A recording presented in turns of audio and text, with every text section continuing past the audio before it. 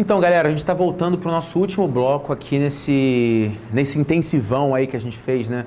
Sobre a República Brasileira a partir dos anos 30, né? Quando a gente iniciou lá atrás, com a Era Vargas. Agora já estamos falando, né, sobre a Nova República, onde a gente inicia a Nova República ali em 85, quando a gente vai começar a falar do governo Sarney. Né? Lembrando que o Sarney ele assume naquele contexto meio trágico, né, da morte do Tancredo Neves, quando os militares então largam o osso, digamos assim. Os militares saem do poder, o Tancredo ele era o eleito, mas infelizmente ele veio a óbito, né, essa fatalidade, e o Sarney ele assume. Quando o Sarney ele assume, a tônica do governo do Sarney e de qualquer governo que assumisse nesse momento seria o combate à inflação. Por quê? Porque a gente fala que houve nesse período uma herança maldita da ditadura. Eu entendo que o governo Sarney ele teve todos os descompassos dele, e eu não estou querendo aqui ser o advogado do diabo, mas a verdade é que o Sarney, quando ele assume, ou qualquer outro que tivesse assumido, era um meio muito difícil para se legislar, né, para se governar.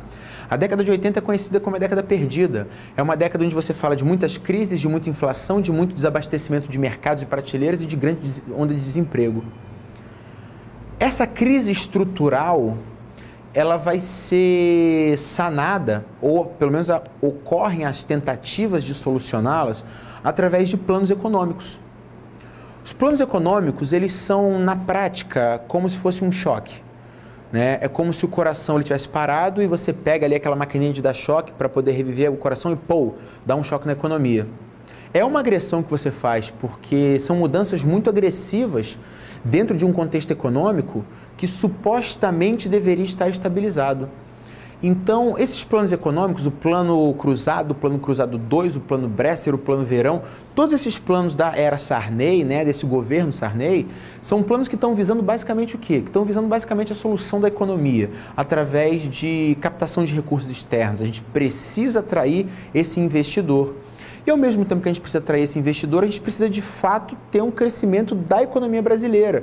A gente precisa gerar empregos, a gente precisa combater a inflação e fazer com que nossa moeda ela tenha um valor competitivo no mercado, ou seja, combater a inflação, tornar essa moeda uma moeda forte.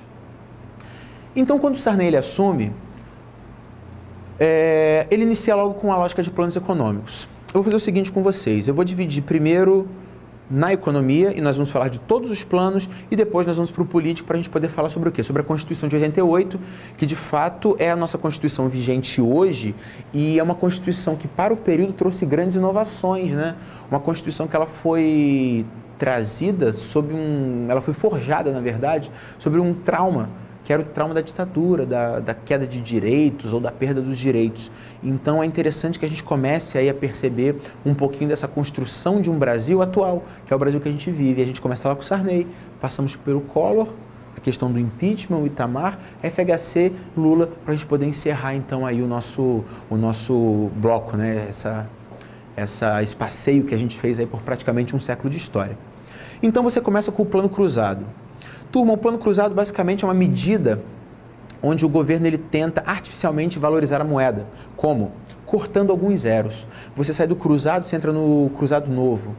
Esse cruzado novo é aquela ideia de cortar zeros. Então, por exemplo, se você tem 1000 cruzados novos, você corta 3 zeros. E esses 1000 cruzados viram, cortando 3 zeros, um cruzado novo. Tecnicamente, você está tirando R$1.000 do bolso da pessoa e está colocando apenas um. Mas esse R$1, ele continua tendo o mesmo valor de compra. A ideia é que você tente reduzir artificialmente a quantidade de moeda circulando na economia, porque pensa numa lógica de oferta e procura, quando você reduz a oferta desse produto, e a gente sabe que o dinheiro ele é um produto, né? Um produto que serve para comprar outros produtos, e apenas isso, então você tentaria regular o quê? Você tentaria regular o valor dessa moeda. Não só cortar zeros, a gente tenta colocar as políticas de gatilho salarial, que é uma ideia de que você não vai ficar reajustando o salário do trabalhador a todo momento. Subiu a inflação, sobe o salário. Subiu a inflação, sobe o salário. Porque senão você vai acabar cortando os zeros, mas no final o cara não vai mais ter 1000 cruzeiros, né? 1000 cruzados. Ele vai ter um cruzado novo, que esse um cruzado novo vira 10, que 10 viram 100 e ele volta a ter os 1000 no bolso. e aí você não consegue andar. Então, o gatilho econômico é aquela ideia de você vai estabilizar o teu salário. E a inflação ela vai subindo. Você tem uma gordura aqui para você queimar, que são esses 20%. Quando a inflação bater um índice de 20%, você dispara esse gatilho e você tem um quê? Uma equiparação salarial. A ideia desse gatilho é que você tenha um tempo hábil para você conseguir o quê? Combater esse crescimento.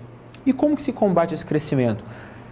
No momento, eles estavam propondo medidas que, assim, são medidas básicas, mas são medidas que são paliativas e não uma solução prática. Por exemplo, o corte dos zeros, você fala de congelamento de preços e, ao mesmo tempo, você fala de congelamento de salários. Como os preços eles param de subir, não tem também uma necessidade dos salários subirem, porque você vai continuar mantendo o seu quê? O seu padrão de compra. Você vai pegar alguns produtos e você vai colocar um tributo específico sobre ele, né? Você também congela essa questão da tributação. Congela a questão da tributação para que você não tenha que fazer um repasse sobre o valor. Porque se você tem um imposto aí sobre uma matéria-prima específica, e esse imposto continua recebendo essa carga de inflação, então acaba que você vai ter que repassar para o produto final o valor que está sendo gasto na produção. Isso é uma lógica básica do capitalismo.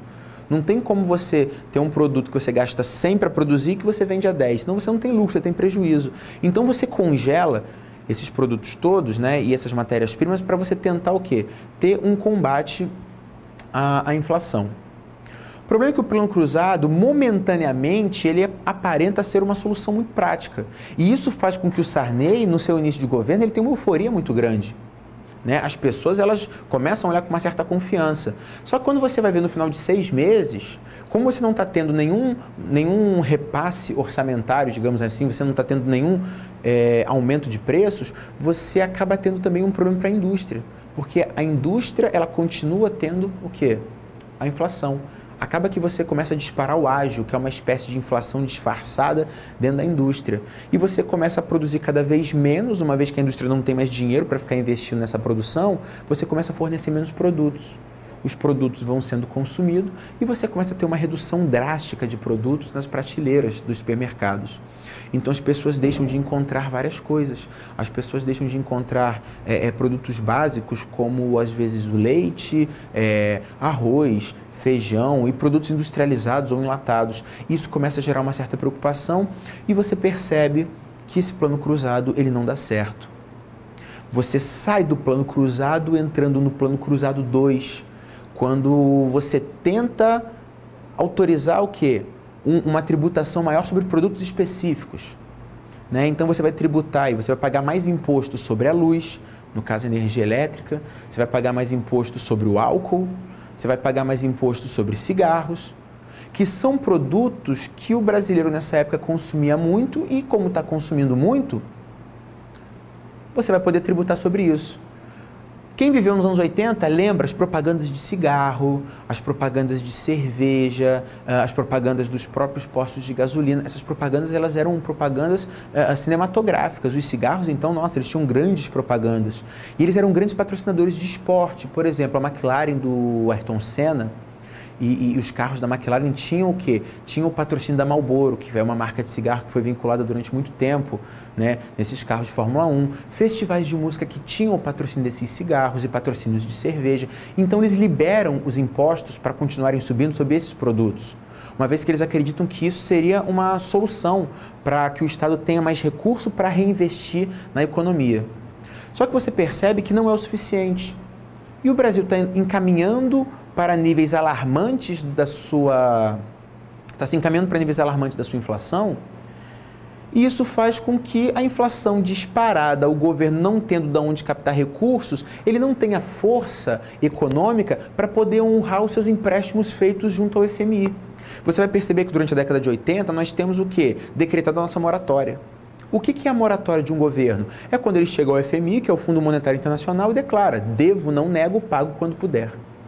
Nessa lógica de devo, não nego, pago quando puder, ele vai de fato pagar, mas ele não vai conseguir um novo investimento. Por quê? Porque ele perde credibilidade dentro do mercado.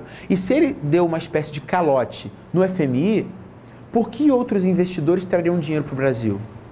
Então a gente passa a ter um problema muito grande. a gente passa a ter um problema de falta de confiança dos investidores.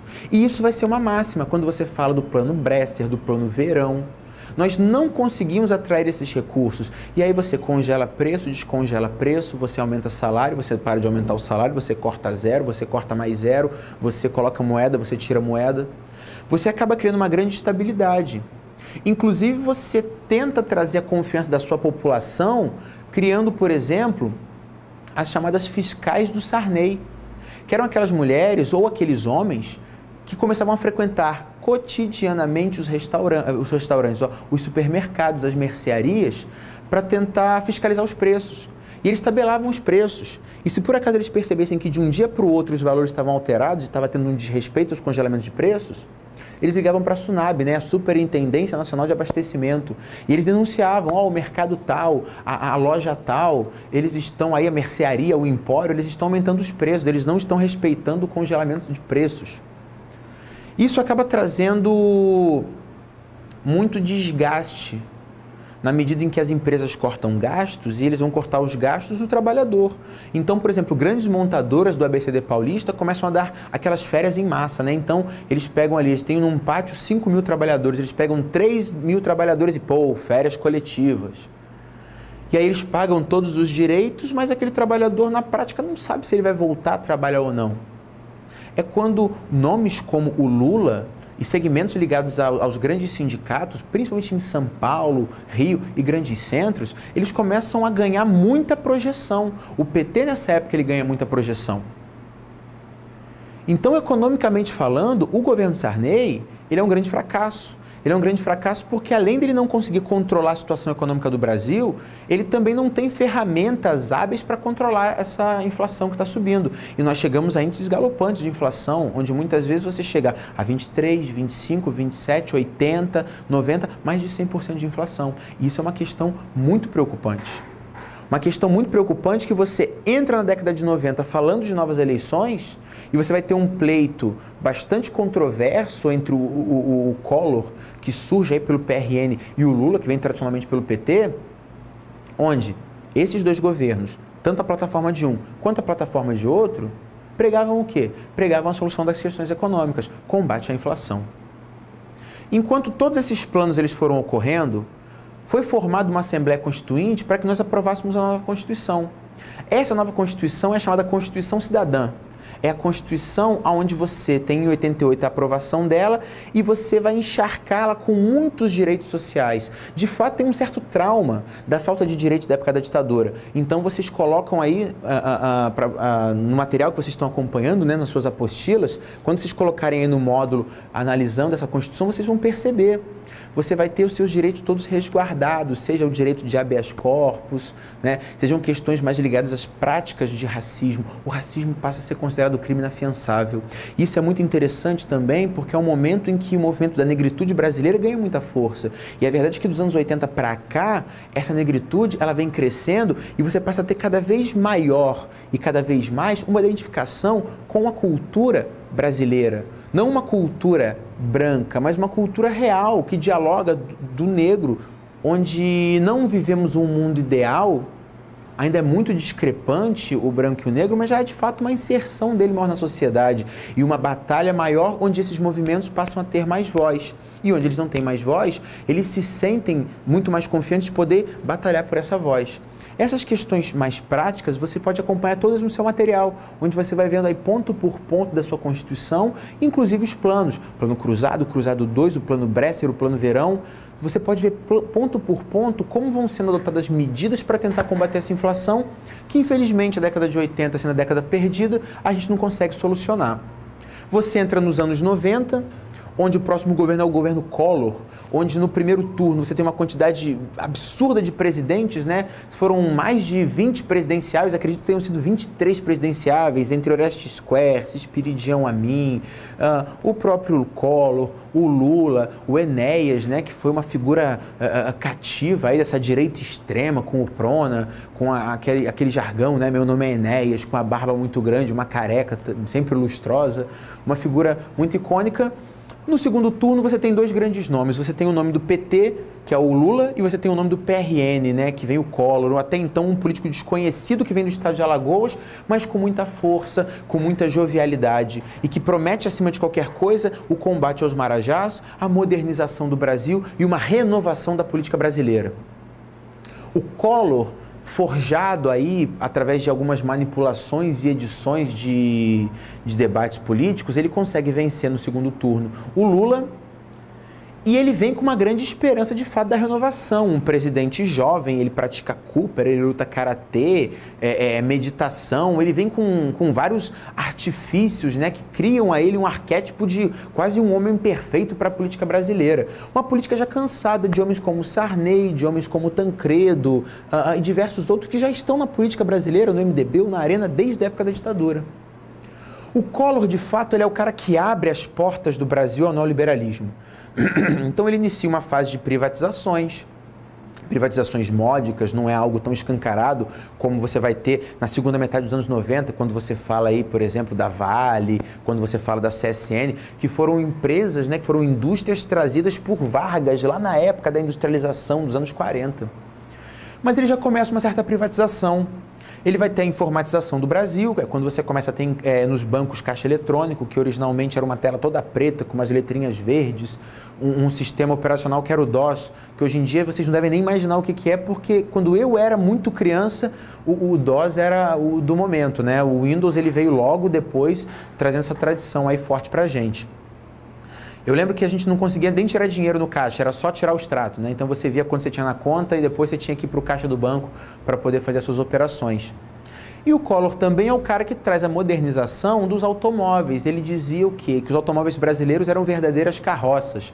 Era o Chevette, era a Brasília, o Fiat 147, o Fusca, o Passat, o Verona, o Del Rey, que são carros antigos, né? O Opala, que foi o grande carro de uma geração, né? O muscle car brasileiro, naqueles padrões de carros como o Corvette, os Mustangs, o Opala, ele fez uma frente legal aqui no Brasil.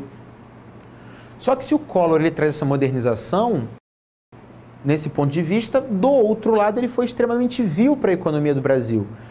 Porque quando ele lança o Plano Collor, logo de cara no seu governo, ele coloca ali a Zélia Cardoso de Mello como a sua ministra da Fazenda, eles apresentam esse projeto, esse grande choque no governo. O Collor ele traz uma equipe econômica muito jovem, que não tem tanta experiência. E eles bolam um plano de choque grosseiro, que é o Plano Collor, e isso acaba mexendo muito com o brasileiro. Por quê? Porque eles simplesmente confiscam o dinheiro das poupanças acima de 50 mil, né? E 50 mil para o padrão da época não era muita coisa, porque a inflação é muito alta. Então a gente está falando de 50 mil cruzeiros. 50 mil cruzeiros não era muita coisa para a época. Os trabalhadores tinham esses 50 mil cruzeiros, né? Pais de família tinham esses 50 mil cruzeiros. E de uma hora para outra esse dinheiro foi confiscado, de um dia para o outro. A alegação do governo é que eles iriam pegar esses montantes, né, que foram adquiridos com a poupança do brasileiro, e como nós não temos investidores, nós vamos usar o brasileiro para investir no próprio Brasil.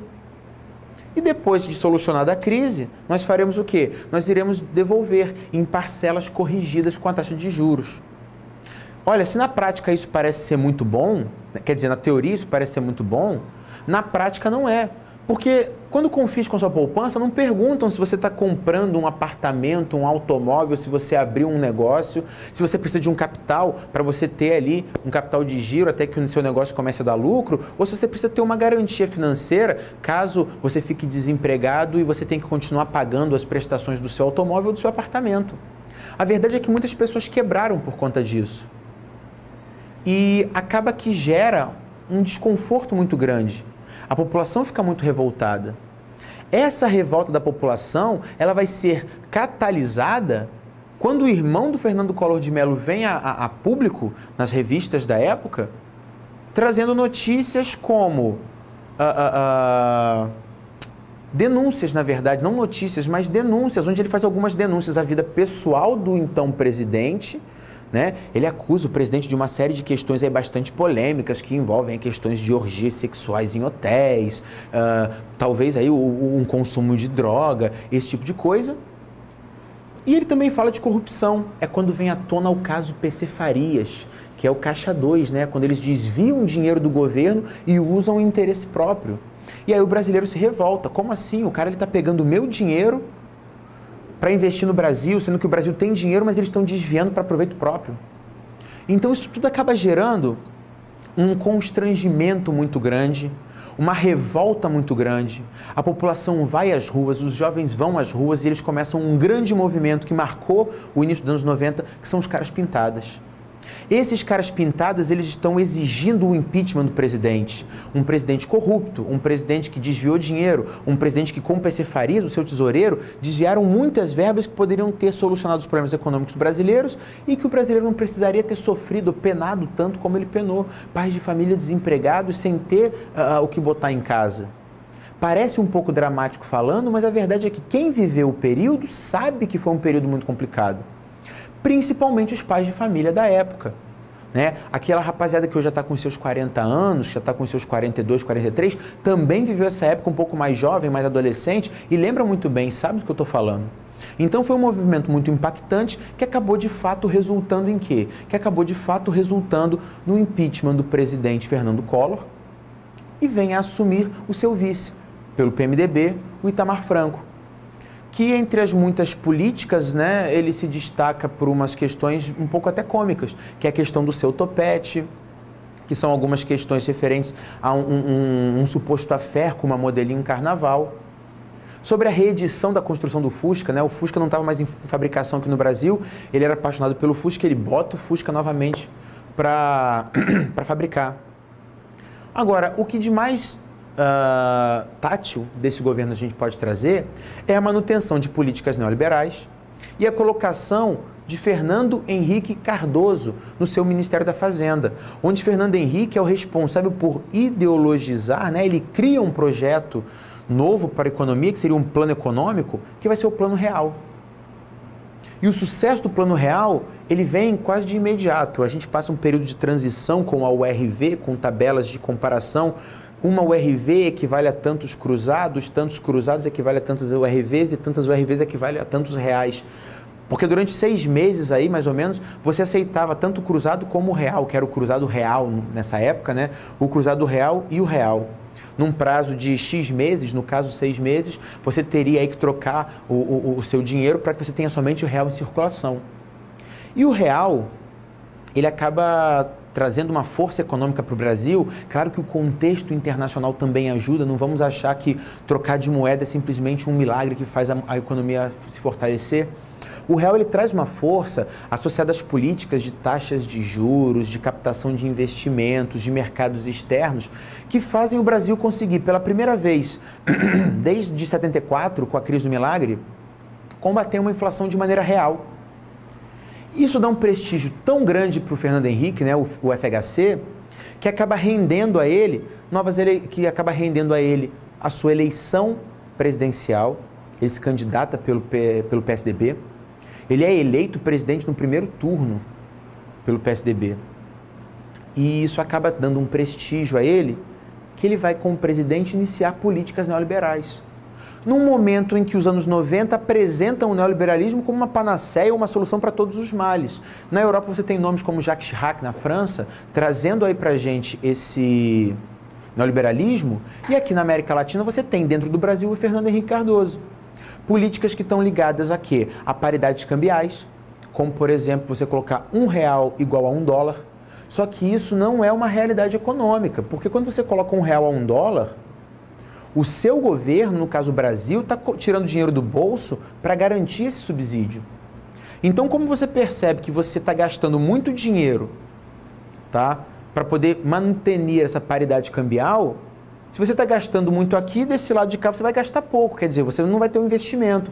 Então, você inicia uma lógica de privatizações. Aí você fala da privatização da Telerge, aqui no Rio de Janeiro, da Telesp, em São Paulo. Você fala do Banerj, que é o Banco do Estado do Rio de Janeiro, que vai ser privatizado. O Banespa, que vai ser privatizado. Alguns bancos que começam a falir, como, por exemplo, o antigo Bamerindos, e novos bancos que vão crescendo e os que permanecem vão se fortalecendo. Então, você acaba tendo uma lógica em que o neoliberalismo, inicialmente, ele mostra uma faceta muito positiva para a classe média brasileira, mas falta investimento em diversas áreas.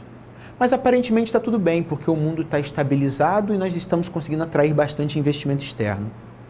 O problema é quando você chega em 97, o FHC ele força uma barra e ele consegue aprovar a emenda da reeleição. E se vocês estão acompanhando, tirando Vargas, no período da era Vargas, nenhum presidente se repetia. Por quê? Porque não existia a possibilidade da reeleição. O FHC ele força uma barra dentro do Congresso, ele consegue a aprovação da emenda de reeleição e ele vai ser então reeleito. Mas quando ele é reeleito, o contexto internacional já é muito diferente.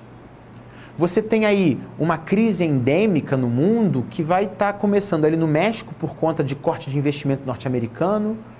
E aí as relações com o mundo asiático ali, os tigres asiáticos, o Japão não vão muito bem, acaba gerando uma crise que chega na Rússia, e essa crise que chega na Rússia chega na Europa, essa crise que chega na Europa chega no Brasil.